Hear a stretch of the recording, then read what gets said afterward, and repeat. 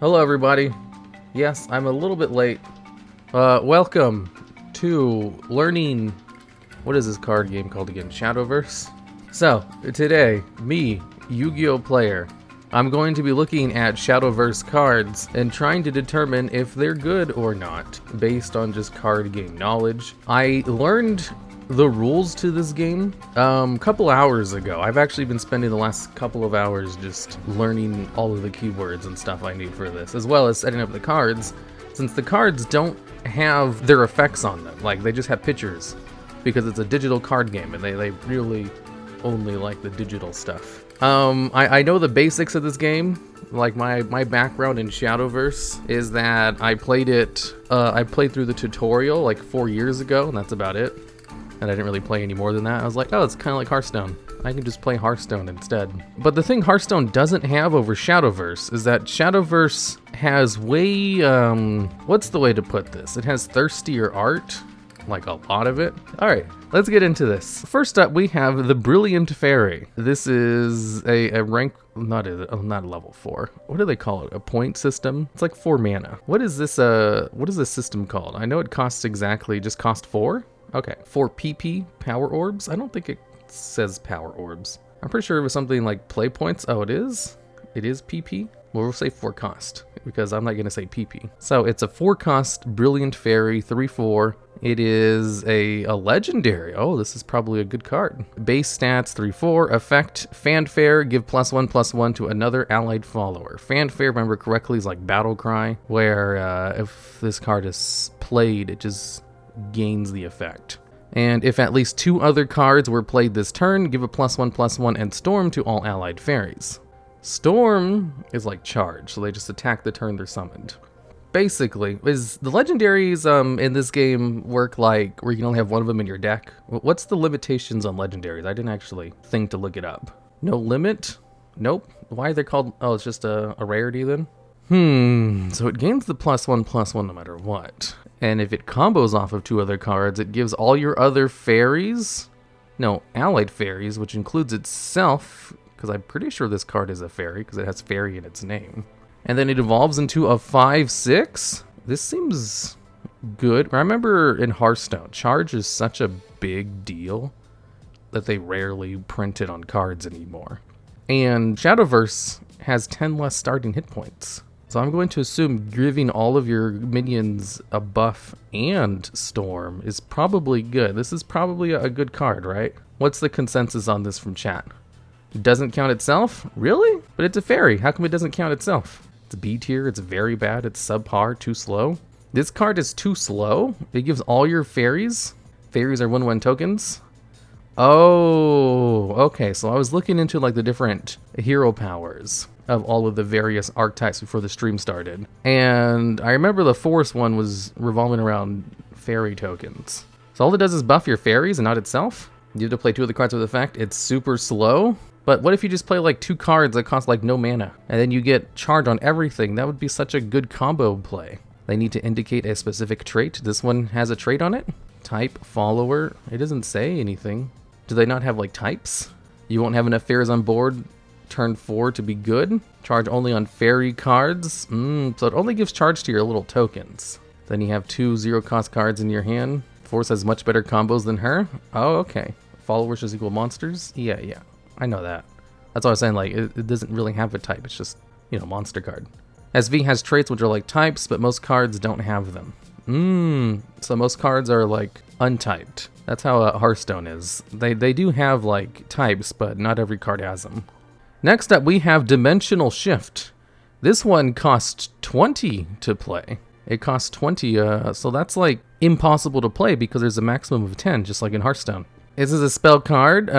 Standard, cost 20. Effect, Spell Boost. Subtract 1 cost from this card. Other effect, take an extra turn after this one. So, I made sure to look at what Spell Boost is. Spell Boost is every time you cast a spell card, it gains 1 level of spell boost. And its spell boost effect is that it uses those spell boosts in order to subtract 1 from its cost, because it starts off unplayable. And then it lets you take an extra turn after this one. If I remember correctly, Spell Boost is permanent and can just keep stacking infinitely. So this is definitely a card you play later games. So you could eventually get this down to a 0-cost card if I'm reading the rules on that correctly. So if you play this as a 0-cost card, you take an extra turn after this one, this seems like a card you build your deck around. This is definitely a game-winning effect. I know a lot of skipping, getting extra turns and magics are bad, but I'm going to assume it's good here. What's the consensus on this? I've been ignoring chat because you guys will give me spoilers.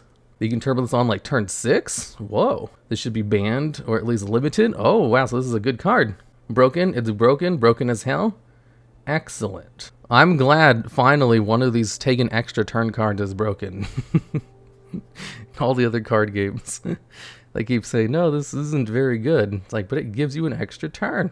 You can have multiple in hand.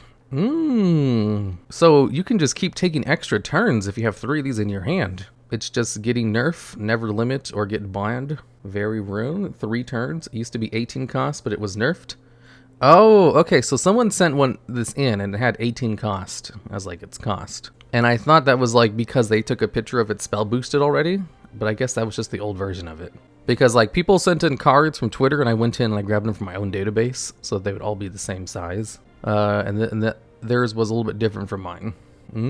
Taking 3 turns of this is a real, holy crap, that's way better.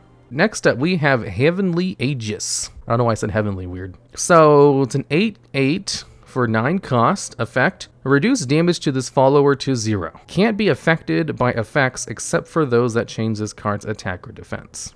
Evolved 10/10, same as the unevolved 4. Okay. So from what I remember from my videos on old Yu-Gi-Oh card techs, reducing the damage to your card is equivalent to can't be destroyed by battle. And also can't be affected by effects, one of the strongest effects in Yu-Gi-Oh too. Except ones that change this card's attack and defense. So the only way to out this card is to do something that changes its health to 0. Otherwise, it's just unbeatable. And then if you evolve it, it becomes a 10/10 unbeatable monster. This seems like Ultimate Falcon, but even stronger than Ultimate Falcon. This is probably a good card, because like if you could summon Ultimate Falcon from your hand, everybody would do it. This card's good, right? Is way too OP for its time. How do you get rid of this card? Rongo Bongo? It's closer to Rongo? No, like the reason Rongo is strong is because he shuts down your opponent too. This is more like Ultimate Falcon, where it's just a big beat stick that's unkillable. Rongo Bongo is strong because it's unkillable and also shuts down your opponent's monsters. But ironically enough, Ultimate Falcon can beat Rongo Bongo. Good but too slow, very specific shrink effect. You don't. You just hit, oh yeah, you can just ignore it. I remember, like in Yu-Gi-Oh, you can't just ignore monsters. You have to clear the field to attack face. But in Shadowverse, you can just attack face.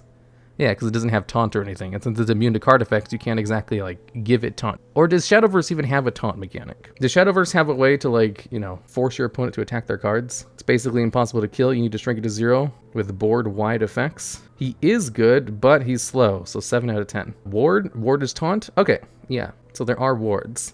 And since he's immune to card effects, you can't exactly give him ward. I do like how it says he's immune to card effects, except for attack and defense increase cards. So there is some way to like lower its attack at the very least. In Hearthstone, there's like effects which can lower the attack of a monster permanently. So if you did that, this card wouldn't be a big deal because it would just be like a 1 health piece of crap. Ward is taunt, but cards have some anti-ward effects. Yeah, Hearthstone has that too, where they can just ignore it. You can reduce his defense to 0, then he dies. Yeah. I know about that. Like, that's what, the only way to kill this card is to, like, use some effect which changes its health to 0 without dealing damage to it, because it's immune to card effects, which Hearthstone has too. Okay, so, you guys are saying it's basically like Ultimate Falcon, but it's too slow to play in the modern meta and was only good when it first came out. So I think I got that one right. Yeah, this card's good. We have Aria, Miasma Fairy. It's a legendary Voller. It costs 4. It's a 3/3. Effect, Fanfare, put a Fairy Wisp and Fairy into your hand. So Fairy is a token, and Fairy Wisp is a 0 mana card with 1/1 stats that has the effect where it banishes itself if at least 2 other cards are played this turn. So you use it first in order to gain combo. So it adds 2 cards to your hand. How much does a Fairy cost? How much do Wind Fairies cost? Wind Fairies cost 1? I mean, just normal Fairies? Okay. So it gives you a 0 cost Fairy, and then a 1 cost Fairy, and then its evolved form, effect, evolve. Give your leader the following effect. Whenever an allied fairy wisp or fairy comes into play, give it +1/+0 rush, and last words, deal 1 damage to the enemy leader. This effect is not stackable and lasts for the rest of the match. Don't you like summon a whole bunch of fairies in like the Forest Craft deck? So it just permanently gives them all +1 and then deal 1 damage when they die? That seems good. This is a good card, right? Exactly, very broken. She is broken. Well, this is busted. My hate for her is real. Man, if I was gonna play Shadowverse, I want to play this deck. That sounds fun. Just creating a whole bunch of tokens and crashing them. I like decks that make tokens. They're fun. Next up, we have Guiding Bellringer Angel. It's a 2-cost 0/2. Oh, so this thing doesn't attack. Effect: Ward. Ward is taunt. Fanfare. Gain the following effect. The next time this follower takes damage, reduce the damage to 0. Last words, draw a card. Oh, evolve stats. Ward. Evolve. Draw a card. Gain plus stats. X is equal to half the number of cards in your hand, rounded up. Last words, draw a card.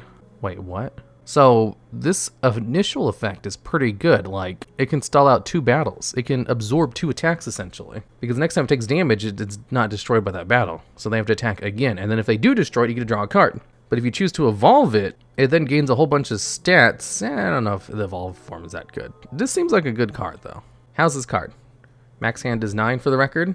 Oh, okay. So it gains, what is that? 9, 4.5. So it gains 5/5. So it becomes a 5/7 if you evolve it. Oh, that's pretty good. Usable in nearly every deck in the whole game because she's neutral. Oh, so it's a 8.5 out of 10. You sure it's not a 10 out of 10? +4 plus. It says rounded up though. If you have 9 cards in your hand, half of that is 4.5. So it'd go up to 5, right? Usually you get +3, +3, +4, +4. And you have a big ward to draw 2 cards. Wait, you draw 2 cards? Wait, it draws an extra card when it's evolved? I thought it was just like restating the effect. It's a 10/10 on Shadowcraft. 8 out of 10, sometimes it's 8. It was broken before Shadow nerf, now she's solid. Basically a Noyabot for Shadowverse. Yeah, that's what I was thinking. Had to nerf a deck not to put her in because she's broken. Last words, read the evolve again. Evolve, draw a card. Oh, it draws a card when it evolves. I didn't, oh yeah, I missed that. Yeah, that's even better. Okay, so I already thought this card was good, but then you guys are like, no, it's actually better. Bellringer of Greed, yeah, this card's great. Pot of Greed on waifu, pretty much. Okay, next up we have the Skeleton Raider. 8 cost, 4/4, well, those are terrible stats. This card's probably bad. 4/4, during your turn, whenever an allied follower evolves, subtract 1 from the cost of this card. Storm, during your turn, Fanfare, destroy an enemy follower. During your turn, whenever an enemy follower is destroyed, deal 1 damage to all enemies, up to 10 times per turn. So, it's Storm, it can attack face.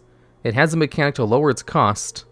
It destroys an enemy follower on summon, which is good. And then whenever an enemy follower is destroyed, deal 1 damage to all enemies. And it has a limit, so you can't like infinitely combo this like you could with that one card in Hearthstone. What was it?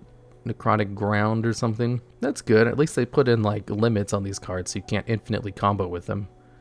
Evolved, same as the unevolved form, excluding Fanfare. Becomes a 6/6. So if this card can come out cheaply and it destroys something and then deals damage and can also attack face, this is probably good. This is a good card, right? 2 cards literally make this card tier 0. Really? All Sundeal? All Sundeal you? What does that mean? Why do you guys keep saying Sundeal? Is that a meme? I'll sunder you? Oh, is that what he says when he summons?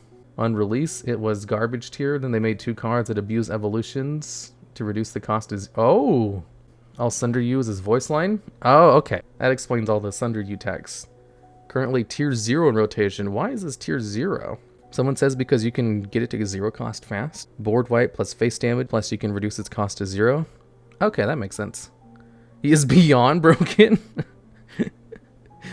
Every effect on a follower has a voice line, so you can cheat it out to have 3 on the field for almost free. When something is destroyed, he says, I'll sunder you. But if its effect also destroys something else, he says it again in a row before he even finishes the last one. Okay, yeah, so this card can destroy a lot of minions, essentially. So I guess he would say that a lot if he was like blowing up a whole bunch of tokens. I'll sunder you, Kirasku. Or his voice lines whenever something is killed. It repeats like 10 times per turn, so it's a meme.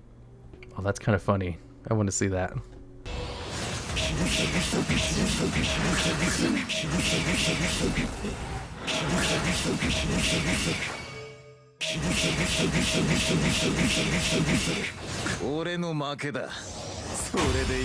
It made me quit the game. It made you quit the game. That's probably strong. Next up, we have Treacherous Reversal. This is a very wordy spell. Apparently it's a token, which means... Wait, what? Why did someone send in a token? Related cards, Fanfare, Enhance 7. Put a Treacherous Reversal into your hand and banish this follower. Can't be destroyed by effects. Can be destroyed by damage from effects. Evolve if at least 3 cards were played this turn. So if you pay 7, you can put this card into your hand and then banish the follower who adds it. So basically it costs 7. So that's the context for this. Okay, that's simple enough. Effect. Remove all effects from all followers except changes to their attack or defense, and then banish all cards in play. Whoa. Banish all cards in your hand and what? Put copies of the first 10 cards your opponent played this match, excluding some of these cards, into your deck in the order they were played. Transform the Reaper at the bottom of your deck into a victory card. Treat allied cards that have been destroyed this match as if they were banished. At the end of your opponent's turn, put copies of each card in your opponent's hand into your hand, except for these cards. What? So it negates the effects of all monsters in the field and then banishes them. That would be so good in Yu-Gi-Oh! And then it banishes all your cards in your hand and deck, and then it creates a new deck based on the cards your opponent used, but you don't draw any new cards. This is a crazy board wipe. Holy crap. How do you make use of this? This like, card seems better than it actually is, because it doesn't refill your hand and it gets rid of it. It's like Law of the Normal. It's a meme card? Okay, that's what I was thinking. I was like, yeah, this card doesn't seem very good. It's like Law of the Normal, which is also a meme card. It's fun to play, but it's not good. Thing is, people built decks around their own classes. Yeah, because it copies your opponent's cards, which you can't really build your deck around. It refills your opponent's hand. At the end of your opponent's next turn, put copies of each card in your opponent's hand into your hand. Oh, so it does refill your hand too, but just not until the end of your opponent's next turn.